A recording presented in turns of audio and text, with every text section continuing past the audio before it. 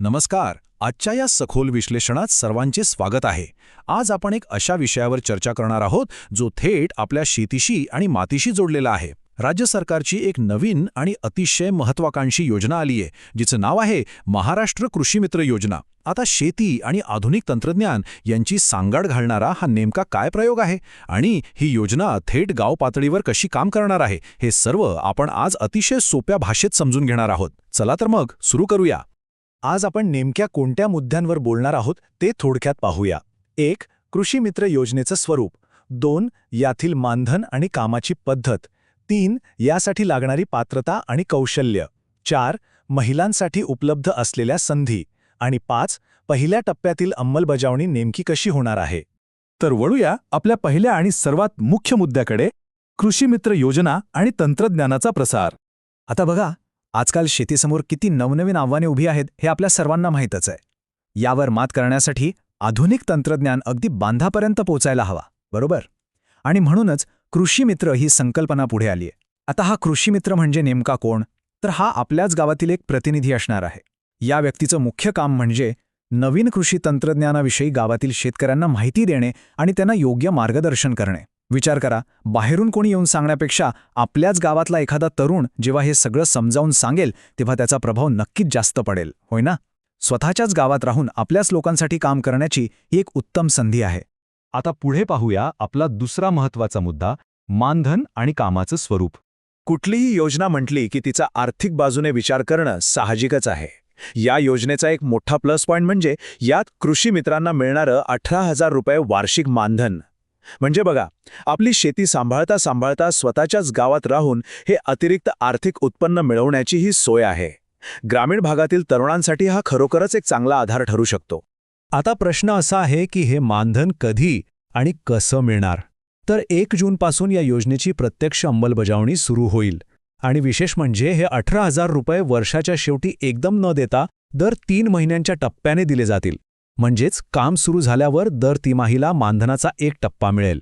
यामुळे वर्षभर कृषी मित्राच्या हातात एक ठराविक रक्कम येत राहील आणि त्यांना निरंतर आर्थिक पाठबळ मिळेल. आणि हो, यात आणखी एक महत्त्वाची गोष्ट आहे. हे कृषी मित्र एकटेच काम करणार नाहीत. त्यांना थेट सहाय्यक कृषी अधिकाऱ्यांचे मार्गदर्शन मिळेल. म्हणजे हे काही असंघटित काम नाहीये, तर यामागे शासनाची एक भक्कम आणि अधिकृत यंत्रणा उभी आहे. गावातल्या शेतकऱ्याला एखादी मोठी तांत्रिक अडचण आली तर कृषी मित्राच्या पाठीशी कृषी अधिकाऱ्यांचं मजबूत पाठबळ असेल. हा जो समन्वय आहे ना, तोच या योजनेचा खरा कणा आहे. यानंतर वळूया आपल्या तिसऱ्या भागाकडे, तो म्हणजे यासाठी आवश्यक असणारी पात्रता आणि कौशल्य.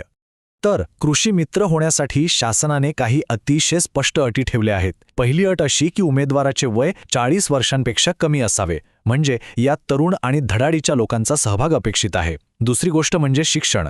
उमेदवार किमान 10वी किंवा 12वी पास असणं आवश्यक आहे. आणि तिसरी आणि मला वैयक्तिकरित्या खूप महत्त्वाची वाटणारी अट म्हणजे त्या व्यक्तीला समाजकार्याची आवड असावी.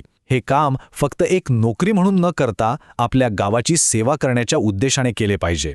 इथे एक अतिशय रंजक गोष्ट आपल्याला पाहायला मिळते. एकीकडे पारंपरिक अट आहे की उमेदवार स्वतः एक अनुभवी आणि प्रयोगशील शेतकरी असावा, पण दुसरीकडे ह्या आधुनिक काळाची गरज म्हणून काही नवीन गोष्टीही बंधनकारक करण्यात आल्या आहेत, जसं की सोशल मीडियाचा चांगला वापर करता येणे आणि संवाद कौशल्य उत्तम असणे. विचार करा, आजच्या काळात शेतीसाठी अधिकृतपणे सोशल मीडिया एक्सपर्ट असण्याची गरज निर्माण झाली आहे. व्हॉट्सॲप, फेसबुक किंवा यूट्यूबच्या माध्यमातून नवनवीन माहिती अगदी प्रभावीपणे इतर शेतकऱ्यांपर्यंत पोहोचवण्यासाठी ही कौशल्य खरोखरच खूप उपयोगी पडणार आहेत. आता आपण चौथ्या मुद्द्यावर येऊया, महिलांसाठी असणाऱ्या विशेष संधी. या योजनेत सामाजिक सक्षमीकरणाचा विचार खूप चांगल्या प्रकारे करण्यात आला आहे.